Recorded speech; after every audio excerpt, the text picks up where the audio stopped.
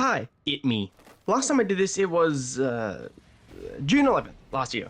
Since then, we've had numerous changes plus some additions. So, without further ado, let's become a guy with an opinion on answering a big question for new lights and returning players. What exotic should I prioritize? Well, I'm not either of those players. I'm gonna become one for the next, however long this is. As before, the same 5 categories for ranking. The best of the best that can become great assets to your arsenal, very good options, but will need more familiarity or aren't as powerful as what's above. The mid-range, versatile weapons that aren't too meta-defining, but fun nonetheless. Stuff just above the bottom, but just fun to use and pretty niche. Bottom of the barrel to round out your collection.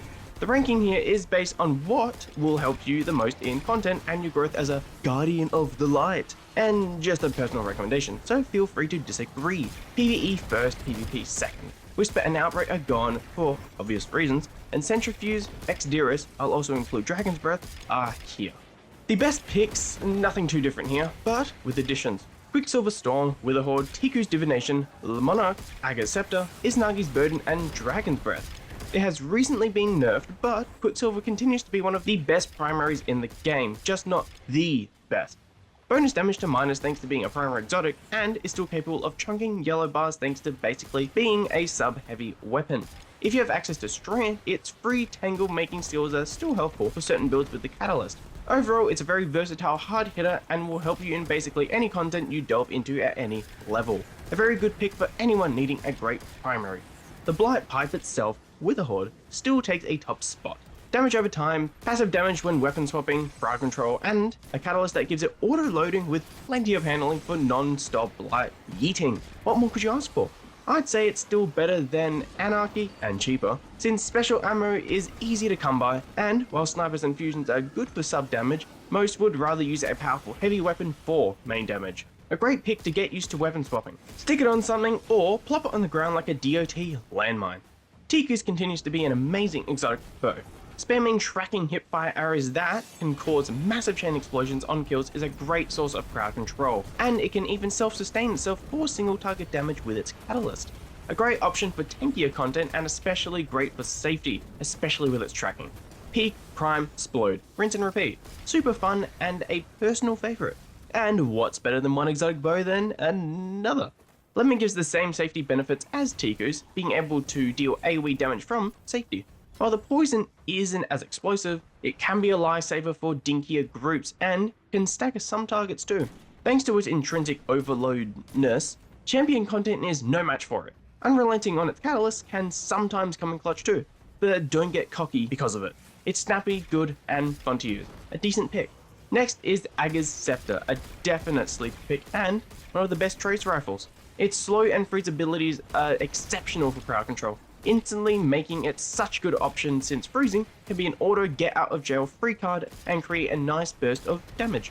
On top of that, its overcharged state overflows the mag, buffs damage, and allows you to slow and freeze on hit, allowing for a good amount of sustained damage as long as your super energy remains and the weapon is out.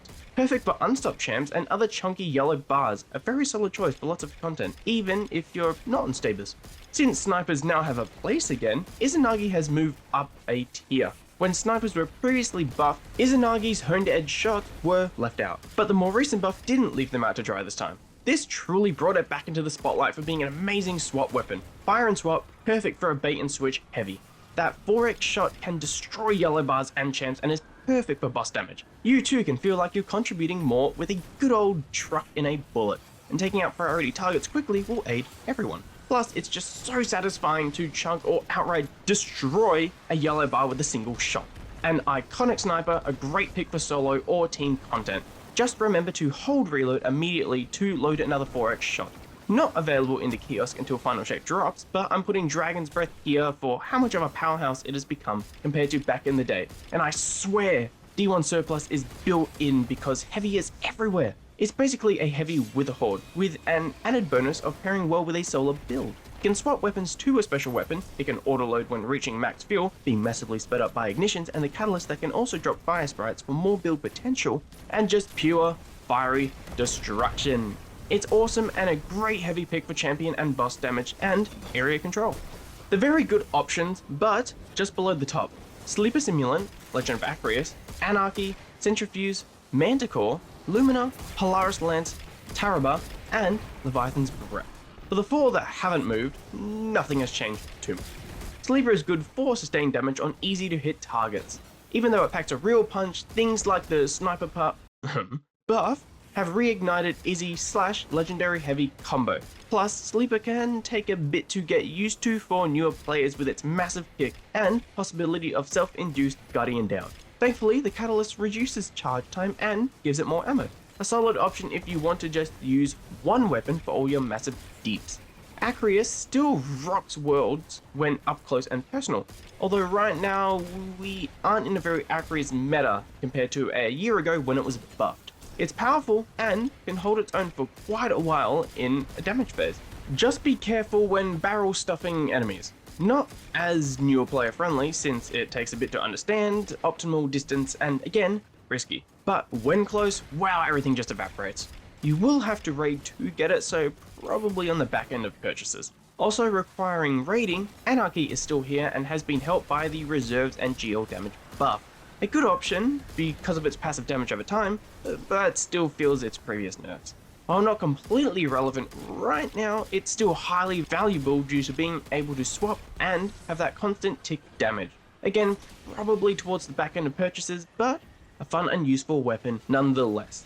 Centrifuge continues to be a solid auto all around, causing explosions and even blinding at max overcharge. It can steam through groups of enemies fairly quickly, and just sprinting around a bit can keep your mag and overcharge up, especially with Catalyst. Still makes me reminisce about the Zalo Supercell days a bit, but it may struggle a bit more with tankier enemies since it's just a standard auto when not scoring kills. A very good primary to have around, even more so when on an ARC subclass. Now, stuff that was buffed, or I just felt like it should be here instead. Manticore should definitely be here now, being way better than it once was. For a full look at what changed, I recommend watching this, but TLDR, way more continuous airborne damage, with the Catalyst giving it a fast charging overshield while airborne, less accurate enemies, and auto partial reload. You can strafe quite fast while airborne, and you can disengage your thrusters by holding reload. A much better SMG, now a personal favourite. And the nice thing is that the overshield works on any subclass. Lumina is here now because I think it would benefit newer players greatly, since they are still unfamiliar with the game and may desire to contribute something to their friends or team. Lumina being a support weapon is perfect for new light since they can give their team a massive 35% damage buff, better than well, and heal them. Plus, the Catalyst isn't required to utilize the weapon to its fullest, just a nice extra. If you're still unsure about everything, grab this and profit. While many scouts still struggle to find a place in the world, Polaris Lance deserves to be considered due to its strength. It can scorch and create ignitions, pairs well with solo builds, returns ammo, and explodes heads, all from the safety of the back of the map. Perfect for new lights who don't want to get up close and personal with all the scary enemies yet. It's not high because, in general, scouts aren't necessary in most content. Once you're ready for higher content, then this could become your new best friend. Taraba is the opposite to Polaris and causes complete destruction up close. One of the fastest killing machines in the game, but why not above? With newer players who may want to experiment with everything, this may be a tad difficult to use since you need to main the gun to activate its insane power. Stowing the gun will decrease some of the charge you have accumulated on it. It doesn't take that long to max it out, but you may find yourself exclusively using this and going balls deep into the fray. Or maybe you want that, heck if I know. Without its perk activated, it's just an SMG, but unleash the beast and you can tear through everything. Again, you do need to raid, keep that in mind. Finally, Levy's Breath. It's a decent alternative to a good high damage weapon that most new players will lack. It may take a while to get used to due to its sluggish nature, and the Catalyst is pretty necessary to enable it to shoot faster and hold more arrows, but it's pretty worth it for how hard those arrows do hit. It's also helpful for unstopped champs, but no one really does that with this bow. All in all, a literal truck that can help you contribute damage to bosses while you grow. The mid-range. Not overly meta defining, but good in their own right for specific situations, or overshadowed.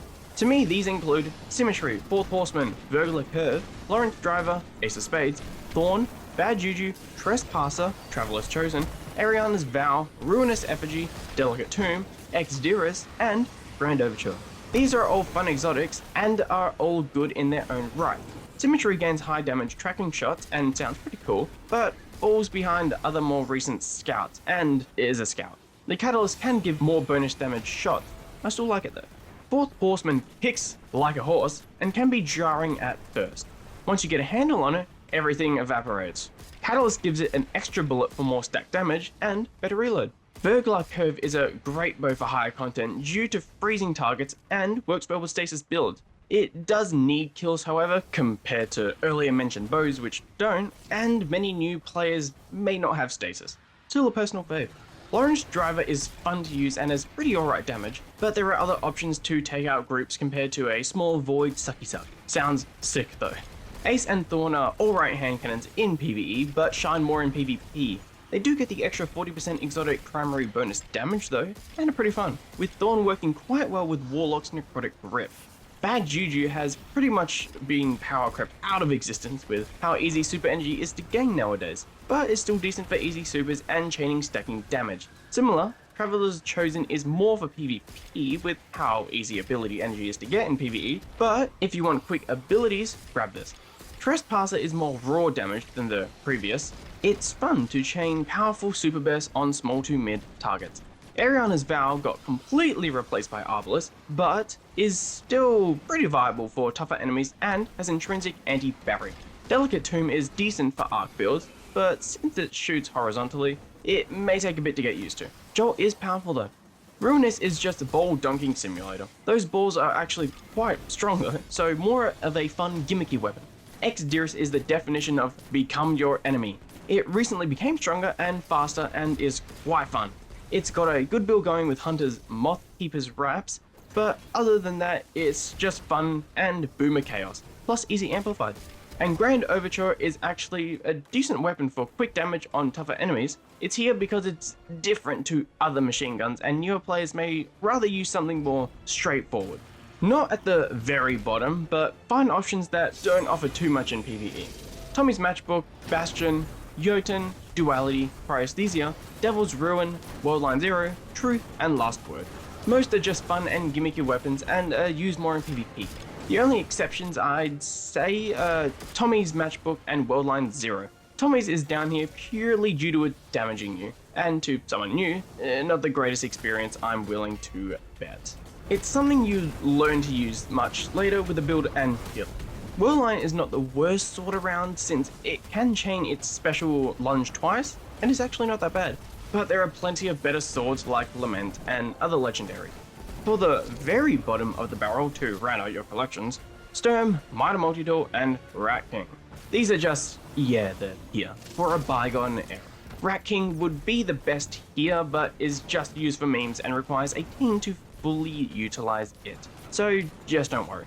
Mitre is just speed, the gun, and Sturm is for PvP. PvE done.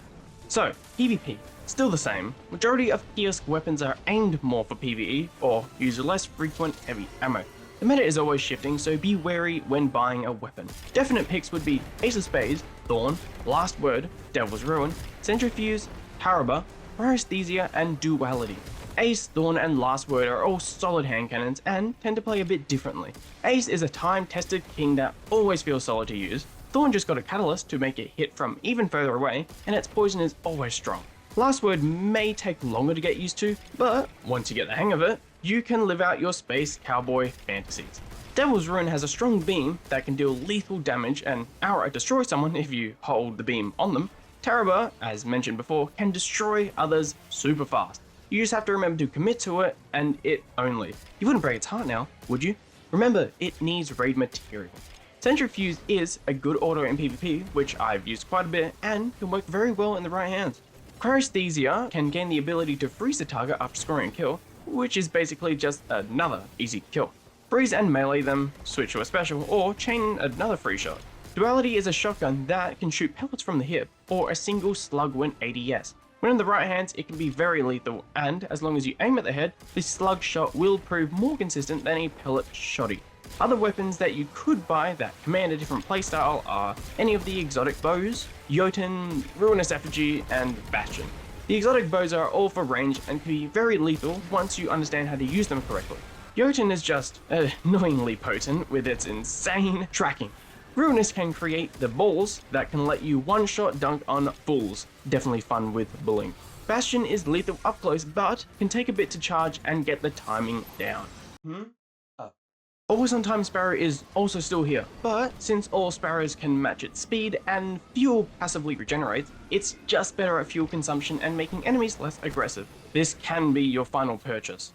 Alright, once again my personal choices and recommendations for PvE and P. Sound off down below with your own opinions and intrusive thoughts on what I think. It's always fun, kind of. YouTube has plenty of gameplay, so look around if you're still unsure of any purchase.